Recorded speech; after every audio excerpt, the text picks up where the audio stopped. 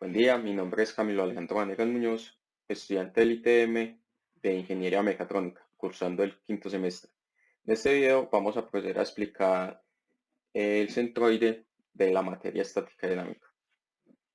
Al lado derecho podemos ver nuestra figura a calcular el centroide y al lado izquierdo podemos ver las fórmulas a utilizar. Tenemos en nuestra figura un eje, dos ejes de referencia para calcular, para realizar todos los cálculos. Entonces vamos a proceder a calcularlo. Yo lo realicé con 7 figuras. Compañero David Villegas lo hizo con 11 figuras. La figura principal, como podemos ver a este lado izquierdo, es el triángulo, un rectángulo, perdón, sobre toda esta parte principal de base de 30 por altura de 20. Con las fórmulas calculamos su área y su centroide. A esa principal le vamos a restar las otras figuras. Podemos ver, esos son pasivos de esa principal. Entonces vamos a calcular a esas figuras sus áreas y sus centroides para luego restársela a esa principal.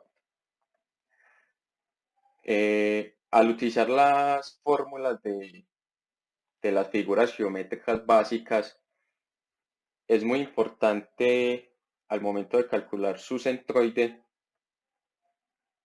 tomar las medidas de referencia de estos ejes. Por ejemplo, de este triángulo podemos ver que es el triángulo 1, que nos dice que en X, que para hallar el centroide, la posición del centroide en X, nos dice que es de la base sobre 3. Podemos ver que la base es de 9 centímetros sobre 3, nos da 3. Entonces, efectivamente nos ponemos en 3 en en el eje X, y luego vamos a calcular en Y. En Y nos dice que es la altura sobre 3. Vemos que la altura del triángulo es 11. 11 sobre 3 nos da 3.66.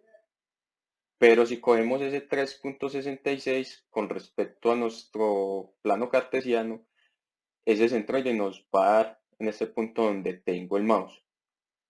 Por lo cual a ese cálculo del triángulo hay que sumarle esa distancia desde el punto 0 hasta donde empieza. En este caso son 9 centímetros. Si se lo sumamos nos daría 12.66. Entonces, para hallar el centroide de ese triángulo nos posicionamos en 3 centímetros en X y en 12.66 en Y. Entonces el centroide nos daría donde está el mouse. Lo mismo hay que hacer para las otras figuras dependiendo de sus fórmulas. Luego, para una vez ya teniendo todos los cálculos, todos sus centroides y todas sus áreas, procedemos a calcular el centroide de la figura.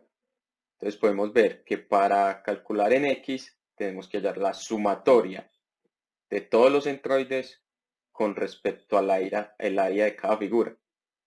Me explico.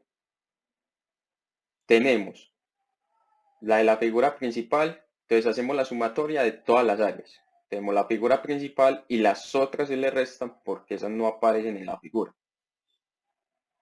Al calcularla nos da el área, que es de 460.12 centímetros cuadrados. Esa nos sirve tanto para X como para Y, que esa es la que divide la suma de los centroides. Entonces procedemos a sumar los centroides en X. Entonces, por ejemplo, de la figura principal nos había dado en X el centroide 15 centímetros y se multiplica por su área de la figura principal del rectángulo. Como esa es la principal y las otras son huecos en esa figura principal, se restan de la principal. Todas se restan. Entonces la segunda figura nos dio que en X eran 3 centímetros en esta del triángulo y su área 49.5. Entonces se multiplica. Y hacer lo mismo con las otras figuras hasta hallar su sumatoria. Una vez hallada su sumatoria, la dividimos por la suma de las áreas. Entonces en este caso nos da 15.27, que aproximadamente es por donde tengo el mouse. Y lo mismo se hace para Y. en este caso nos dio el 9.8, voy a proceder a explicar con la figura física. Esta es nuestra figura física con su centroide, como lo habíamos calculado con las fórmulas. Entonces procedo a poner mi brazo con un ángulo de 90 grados y colocando el punto del centroide y en el índice. Podemos ver que él se mantiene en equilibrio. Si hubiéramos calculado mal el centroide, si hubiera desplazado un poco, él no se mantiene en equilibrio. Podemos ver que él se mantiene en equilibrio.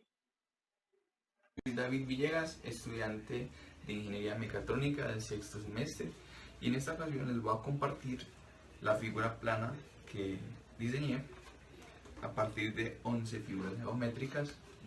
Aquí está. Tenemos un ángulo de 90 grados entre el brazo y el antebrazo que colocamos acá. Y ahí pueden observar que la figura está correctamente suspendida.